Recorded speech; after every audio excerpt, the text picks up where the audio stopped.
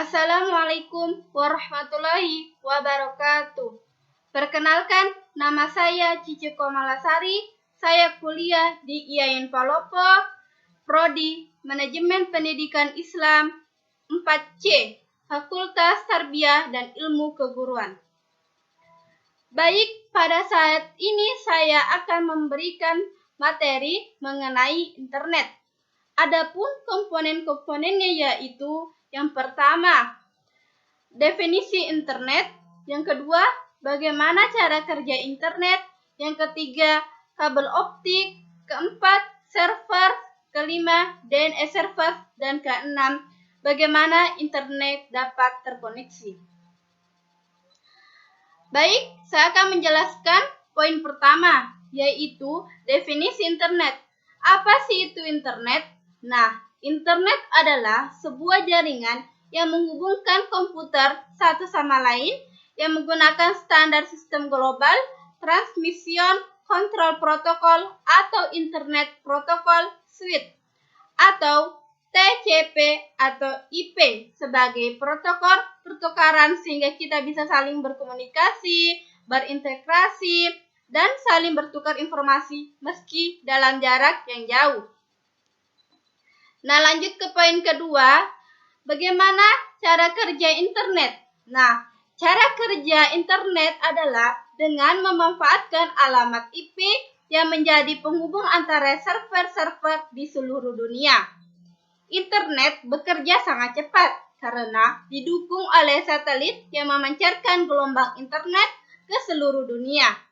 Setiap server yang ada di dunia ditandai oleh IP yang berbeda-beda. Mungkin sudah jelas apa itu internet dan cara kerja internet. Lanjut ke poin ketiga, yaitu kabel optik. Apa sih itu kabel optik? Nah, kabel optik adalah saluran transmisi atau sejenis kabel yang terbuat dari kaca atau plastik yang sangat halus dan lebih kecil dari sehelai rambut, dan dapat digunakan untuk mentransmisikan sinyal cahaya dari suatu tempat ke tempat lain. Sumber cahaya yang digunakan biasanya adalah laser atau light. Nah, fungsi pada kabel fiber optik pada dasarnya mempunyai sama dengan jenis kabel yang lainnya, yaitu menghubungkan antara komputer atau perangkat jaringan satu ke perangkat jaringan lainnya. Yang membuat beda kabel fiber optik dengan kabel jaringan lainnya adalah fiber optik memiliki kecepatan akses yang tinggi, sehingga kecepatan transfer data pun juga lebih cepat.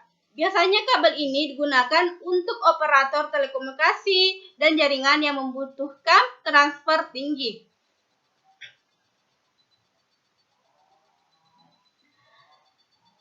Lanjut 4.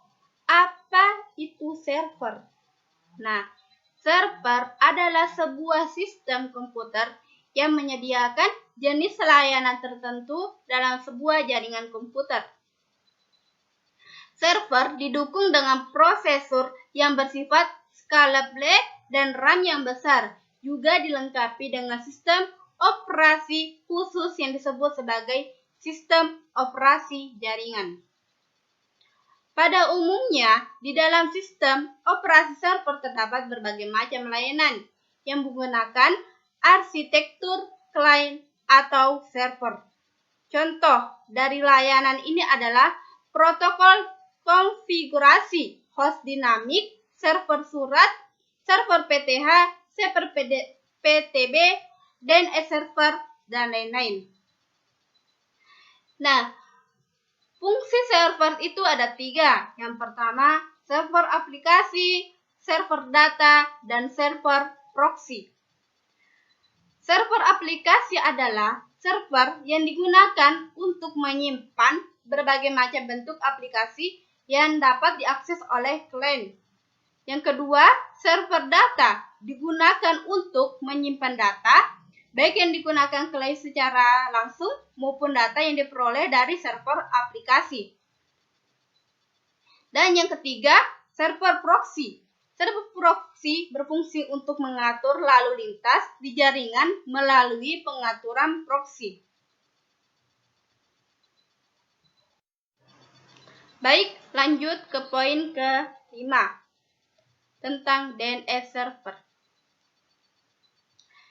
Apa itu DNS server?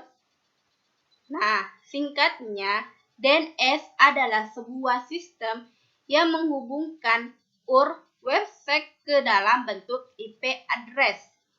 Tanpa DNS, Anda harus mengetikkan IP address secara lengkap ketika ingin mengunjungi sebuah website. Nah, fungsi DNS yaitu yang pertama, memiliki informasi IP address sebuah website berdasarkan nama domain. Yang kedua, meminta informasi URL sebuah website berdasarkan IP address yang dimasukkan. Yang ketiga, mencari server yang tepat untuk mengirimkan email. Nah, itulah ketiga fungsi DNS yang bekerja secara otomatis ketika Anda sedang mengakses internet.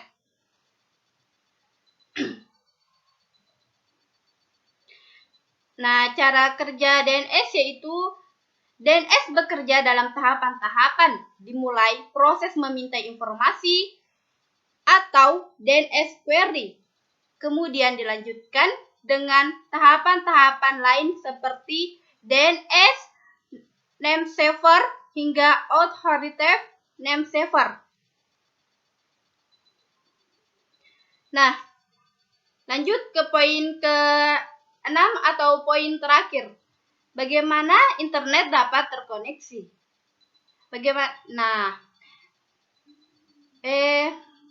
Ada beberapa cara agar kita dapat terhubung dengan internet, yakni dengan dial-up X DSL, yaitu Digital Express Line, ISDN, Integrated Service Digital Network, dan ISP, Internet Service Provider.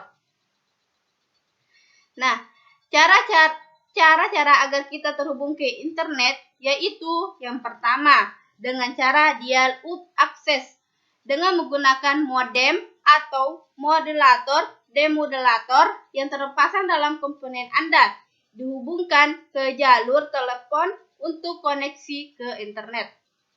Yang kedua, dengan cara DSL atau Digital Subline adalah dengan teknologi untuk beringin informasi high bandwidth untuk homes and small business melalui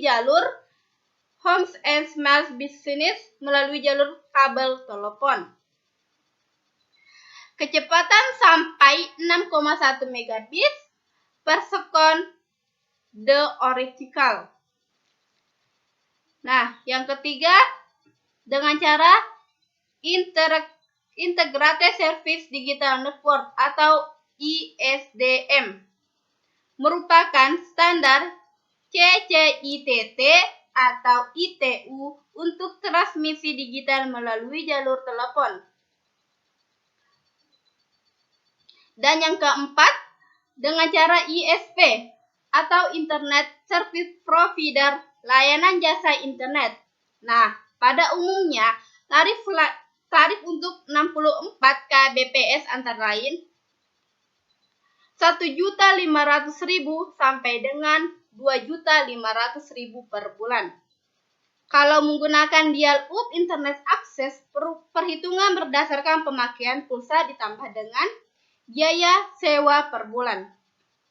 Mungkin cukup sekian persentase yang saya bawakan. Kurang dan sekurang-kurangnya mohon dimaafkan. Sekian, wassalamualaikum warahmatullahi wabarakatuh.